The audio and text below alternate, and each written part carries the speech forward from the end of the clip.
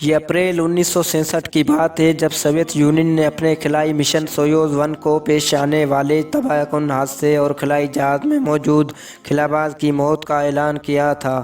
میر T V کی videos میں ایک بار پھر سے خوش آمدید۔ ناظرین، خلابازی کی اس تاریخ کے اس خوفناک حادثے میں سوویت یونین کے اس وقت کے سب سے بہترین خلاباز ہلاک ہو گئے تھے۔ 40 سالہ ولادیمیر کوماروف کسی بھی خلائی حادثے میں ہلاک ہونے والے دنیا کے پہلے خلاباز ہیں۔ وہ ایک تجربہ کار خلاباز تھے اور اپنی دوسری خلائی پرواز کے دوران زمین پر واپس آنے سے پہلے کے اپنے تمام تجربات کامیابی سے مکمل کر چکے تھے۔ مگر خلائی جہاز کی زمین پر لینڈنگ کرنے سے چند منٹ قبل جیسے ہی وہ زمین کی فضا میں داخل ہوئے تو ان کے خلائی جہاز کی زمین کی جانب اترنے کی رفتار کو کم کرنے والے پیراشوٹ کی تاریں آپس میں الجھ گئی تھیں اور وہ سیدھے زمین پر آ گرے تھے اور ہلاک ہو گئے۔ خلائی جہاز بلندی سے زمین پر آ گرا تھا اور کرنل کوماروف اس ٹکراؤ سے پیدا ہونے والے جھٹکے کے باعث موقع پر ہی ہلاک ہو گئے تھے۔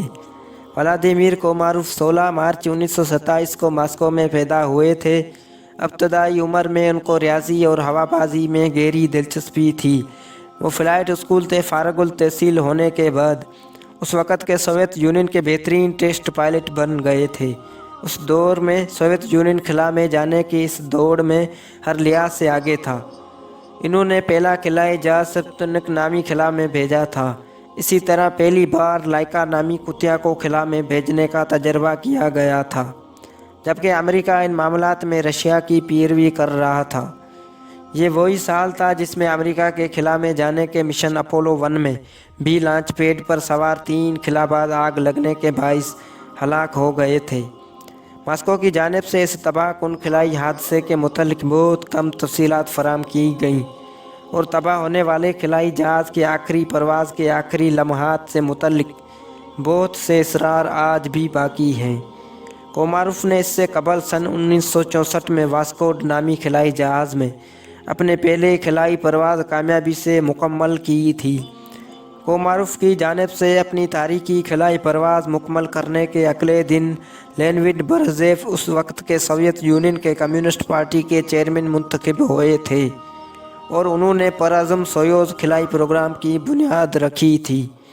کہا جاتا ہے یہ ایک خطرناک خلائی مشن تھا اور سوویت یونین کوماروف کو خلا میں بھیجنے کے بعد ایک اور مشن میں 2 ارکان کو بھیجنے کا ارادہ رکھتا تھا، جہاں ان دونوں خلائی جہازوں کی ملاقات ہونا باقی تھی، جہاں کوماروف نے ایک خلائی جہاز سے دوسرے خلائی جہاز میں منتقل ہونا تھا اور اس میں بیٹھ کر واپس زمین پر آنا تھا۔ مگر جیسے جیسے اس مشن کے آغاز کی تاریخ قریب ہو آ رہی تھی، یہ واضح ہو رہا تھا کہ سویوز 1 خلائی جہاز میں کچھ خرابیاں تھیں۔ اگرچہ سویوز 1 خلائی جہاز کو ایک جدید اور بھاری قسم کے خلائی جہاز کے طور پر جانا جاتا تھا، جسے سوویت یونین کی جانب سے چاند پر انسان کو بھیجنے کی کوشش کے لیے بنایا گیا تھا، اور کرنل کوماروف کے بارے میں خیال کیا جاتا ہے کہ یہ حادثے کے وقت اس کا تجربہ کر رہے تھے۔ اب یہ خیال کیا جاتا ہے کہ سویوز 1 خلائی پرواز شروع سے ہی مسائل کا شکار تھی، اور یہ کہ یہ جہاز انسانوں کی پرواز کے لیے تیار ہی نہیں تھا۔ مگر لینن کی سالگرہ کی مناسبت سے خلائی کارنامے دکھانے کے سیاسی دباؤ کے باعث انجینئرز کے اعتراضات کو مسترد کر دیا گیا۔ کہا جاتا ہے سن 1967 کا سوویت یونین کا خلائی مشن خامیوں سے بھرا ہوا تھا اور اسے عجلت میں بنایا گیا تھا، مگر تمام خدشات کے باوجود سویوز 1 مشن کو 23 اپریل 1967 کو کامیابی سے خلا کی جانب بھیجا گیا۔ کہا جاتا ہے کرنل کوماروف کو پرواز کے وقت ہی پتہ تھا کہ جہاز میں کوالٹی کنٹرول کے مسائل ہیں، اور جیسے ہی وہ خلا میں پہنچے تو خلائی جہاز کے نظام نے کام کرنا چھوڑ دیا۔ اس جہاز کو توانائی فراہم کرنے والے سولر پلیٹس بھی خلا میں نہیں کھلی تھیں، جس نے ان کی مشکلات میں مزید اضافہ کر دیا۔ سویوز 1 مشن میں مسائل کے بعد سویوز 2 کو خلا میں بھیجنے کا مشن منسوخ کر دیا گیا اور کوماروف کو حکم دیا گیا کہ وہ واپس زمین کی جانب رخ کرنے کی کوشش کریں۔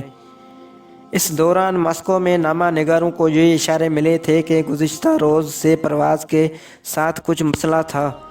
جب ماسکو ریڈیو پر اس سے متعلق پہلے کی رپورٹس اچانک نشر ہونا بند ہو گئیں